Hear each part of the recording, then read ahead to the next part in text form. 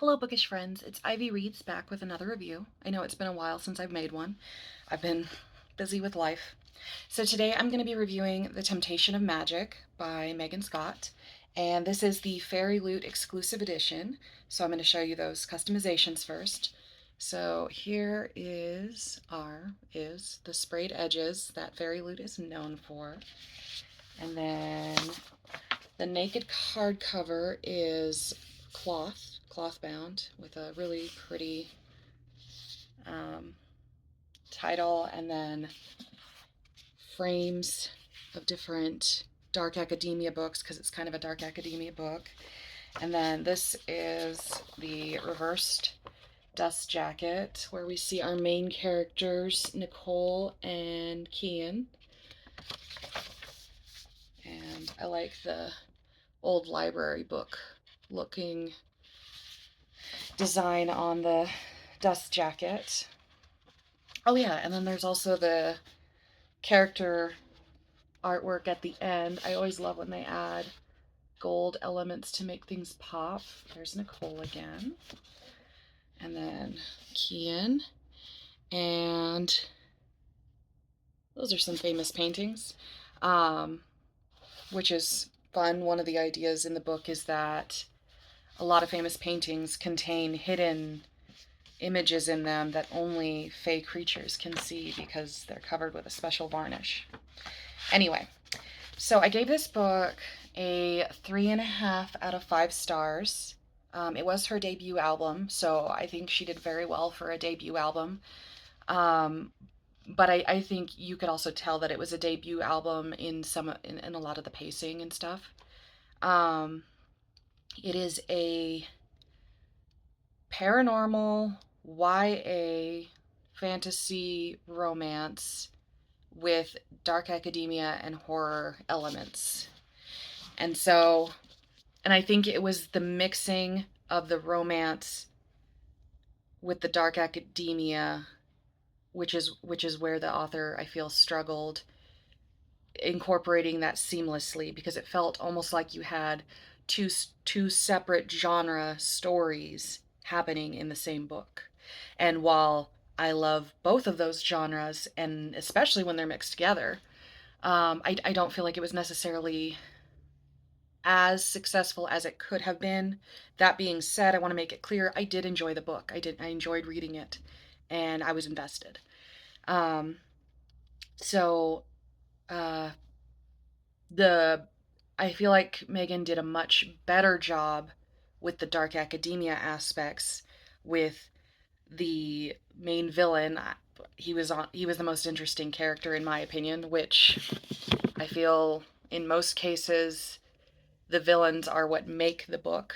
And so you had two villains in this book. You had the overarching secret evil society that controls the Imperials, which is the magical race that she is, which are the Supreme Hunters that are basically powerful shapeshifters that transform into whatever they need to be to kill their target. And they can only transform when their target is going to kill. So they're like the supernatural enforcers.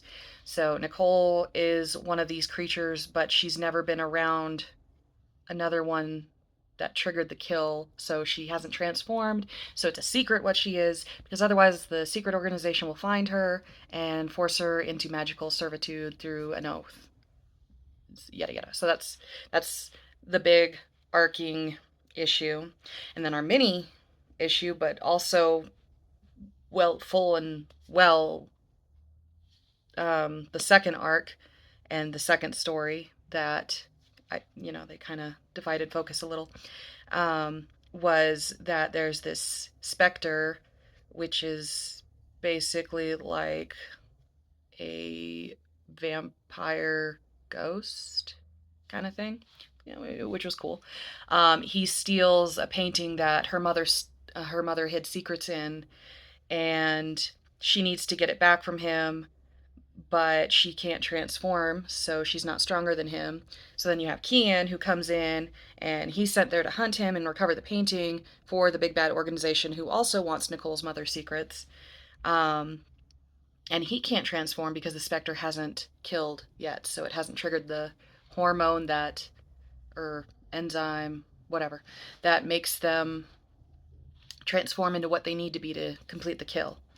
Um, which was I feel a very good device for explaining why they didn't just kill him, like just kill him and get it over with. They couldn't. So that was great. That was very well done plot device. And the Spectre needs the information that Nicole has to get the information that her mother left in the painting, because he is also after that information, but he's evil because he doesn't care about hurting people. So that's what makes him evil. Um, and why he's the bad guy and why they can't just team up and work together. um, which honestly, I think it might have been a far more interesting novel if she had the romance with Kyan, but still teamed up with the Spectre to solve the mystery and take down the organization, like teaming up with evil to accomplish a greater good. Like, I honestly think that would have been a better story. But that's not what happened. Spoilers.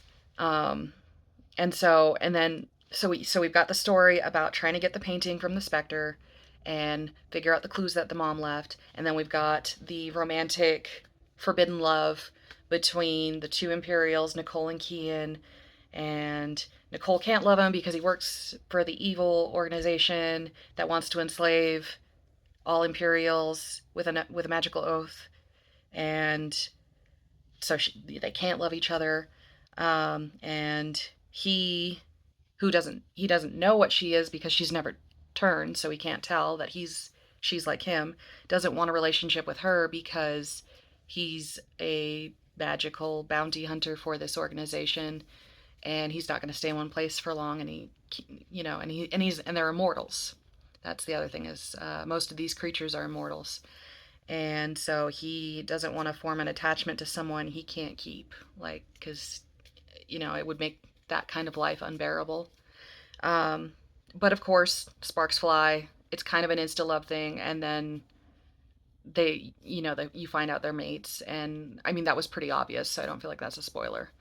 Um, so at the end, spoilers to follow.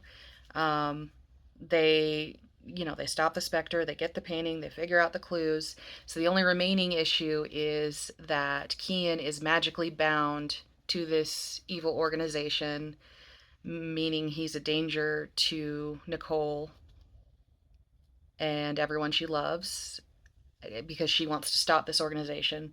But because, he loves her and the evil organization threatens her, of course his loyalty is now with her, but dun dun, the magical oath keeps him bound. So in the next book, it's book one of this. I'm not sure if it's going to be a duology. It would probably have to be, but there could be more.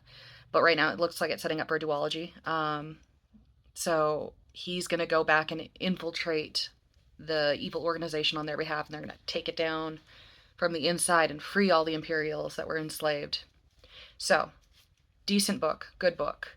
I wouldn't say it's something that's going to stick with me, but I mean, you don't want every movie you watch to be a Schindler's List. Sometimes you want to watch, just an enjoyable, uh, trope satisfying genre book like Mean Girls or something. Like, so it is entertaining. I would recommend reading it if you just want, to enjoy yourself. It's a good journey, some interesting ideas.